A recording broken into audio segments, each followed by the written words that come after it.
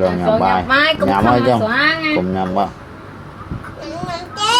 ê thấy ba mình nhầm té mà đi rồi giờ nhầm tiền đi cái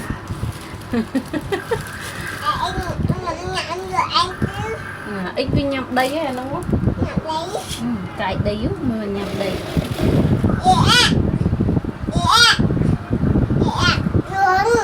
ở ruộng này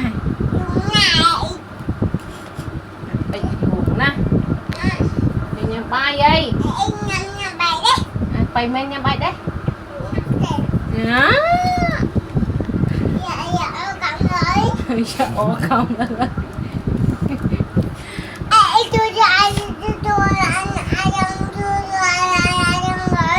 muộn cái đừng về thay